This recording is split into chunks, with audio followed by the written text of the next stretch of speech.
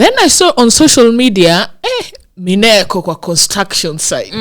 So how did you transition from this traumatic bad period to now being a businesswoman? Okay, so just going through that and all that. My mom used to work there. She was an agent at the construction site. Okay. So it's an Indian who owns a quarry, and he has ballast which he sells, but he sells through agents. Now, my mom was an agent then. So I just got thinking, why don't I just do business, Let me just do business. So I decided, I just sat down to my boyfriend then, my husband now, was like... Big up to him. Yeah. You're very loyal. he was. And what he told me was, why don't you, he's a businessman. He's always been. He's like, why don't you just try business? What do you think you can do? What do you think you're natural at? I'm like, I'm very good at marketing, but I don't want to have a shop and sell clothes. Yeah. I just didn't want to do anything mediocre. So I told him, mom is in construction. Let her mentor me for some time, then understand what I want to do until I get on my feet kidogo. So my mom was going into mainstream construction. She had bought her lorries, and now she was leaving being an agent there at the quarry. So she told me, why don't you just come and do it? So yeah, I thought, well, okay. But she told me I cannot introduce you to Praveen because he wouldn't want that, right? So you just have to go find him for yourself, sort out, do your thing. So I literally stalked this Praveen guy for a whole. So he's the owner of the ballast. Yes, his office is at Westlands. So I stalked him for a minute, and I just gained the courage. I went to his office, introduced myself. Have you ever introduced yourself with pity and tears? And you're like, please, yani usiponihurumia sina mbele wala nyuma. You're my last resort. Yani yes. You are the... Yes. So we had that conversation with him, and let me tell you, favor just found me because I didn't even have any background story in construction, nothing. Like, I'm just here doing me and explaining myself to this old man. And he told me, I look at you and I see my daughter. Yeah. And I just listen, for the fact that you're very confident and bold enough to walk into my office, I can see your resilience. I can see you really want this. Yeah. Fanya hivi. I even sell this ballast at 800 per ton. I'll sell to you at 700. Know your markup. He told me, know the markup, know the industry, market yourself, and trust me, you'll do very well. And I had a 5-year plan. For real, I did. And I was about 23. I was like, I want to get married at 27. And by the time I'm getting married, I want to have my own things. Because my boyfriend is very entrepreneurial, and he believes in investing. So he had his own things going. Yeah. And I looked up to him so much because of that. So I knew this is something I want. And by the time I'm 27, by the time I'm getting married, I'll have my own things, my own lorry, my own... I'll be secure. I'll be secure. So yeah, then I got into that. I had a small car, a Vitz, a Kadudu. We used to call her Alice. Rest Alice. In peace, Alice. So, gosh, from the main road, from Lolongo to now the quarry itself, it's like 10 kilometers. Going with your Kadudu there, it's not a terrain for the Kadudu. No. You'll be changing your shocks every 2 days. Actually, it was hard. But I had to do it, boy. There was no other way. Yeah. So going into construction was something I found. It was something I found along the way. Yeah. It's not something my mom my dad was also in construction. He was a contractor. My mom got into it because I think my dad left it for her. Then I just thought, well, why don't I just do this? It wasn't something that I inherited, because my mom told me, you have to go see Praveen for yourself. So this was learning from the job. Yes. Yes, learning from the job. So it's something I just found along the way. We fell in love with each other. Yani tulipatana tu. But it was hard. It was quite murky. The first 3 months I had no clientele. I have my ballast, my heap of ballast. Tunaangaliana tu like sasa mambo. Because you imagine the amount of money you It is, but it's very capital intensive. It is. And then 3 months, nothing. Your car savings drained. Yeah. So what happened, the first 3 months, my boyfriend used to look at me every time he calls me like, lo kumendaji, sijauza kitu, lakini kuna mtu alikuja akasema atanunua. Aya. So after the 3 months, imagine he just kept giving me hope. Yeah. Like, babe, mimi najua tu utafanya. It'll happen. Yeah, it'll happen. Why don't you just find a way of marketing yourself?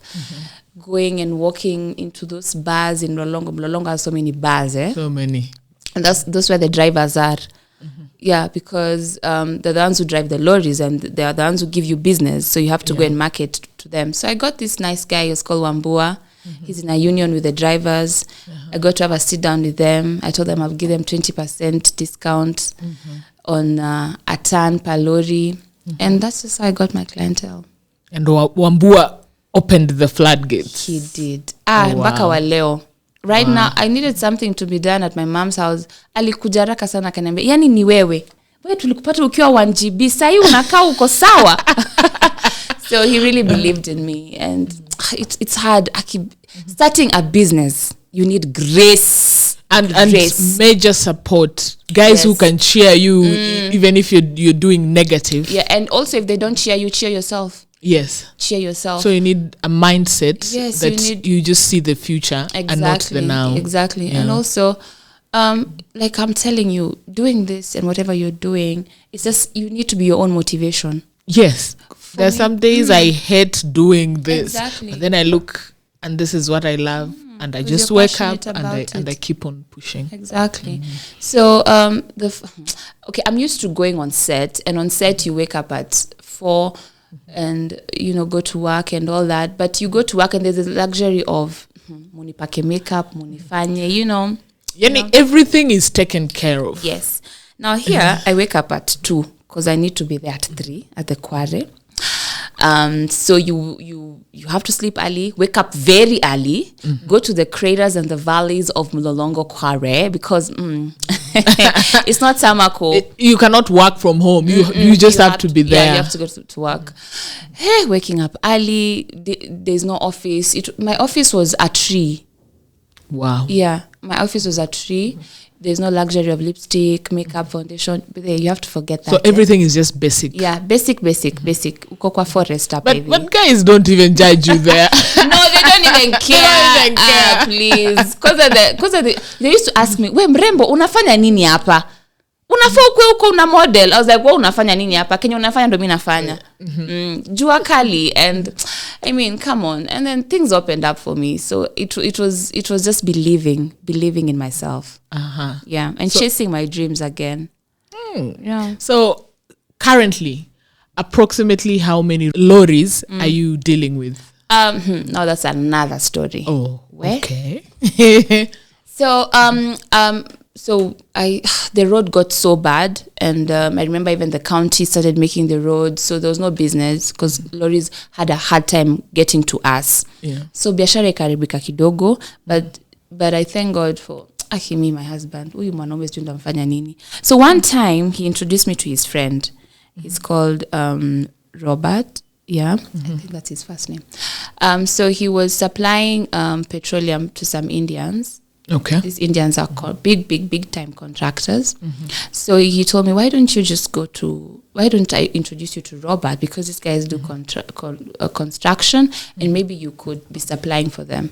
So he took me to the office, and that time, but then he was in such a hurry. I need to get to my business, please. I went there. I met this Indian guy. He was the MD then. And I introduced myself, and he told me, so we'd like some stones. And if you don't mind, you could supply us with stones. And I was like, yeah, I could. And they told me, what's your capacity like? I was like 100,000 pieces of stones. I was like, beautiful. So you own a quarry? I was like, yes, I do. I own a quarry. I lied through my teeth. And it was like, so you own the quarry? I was like, no, it's my dad.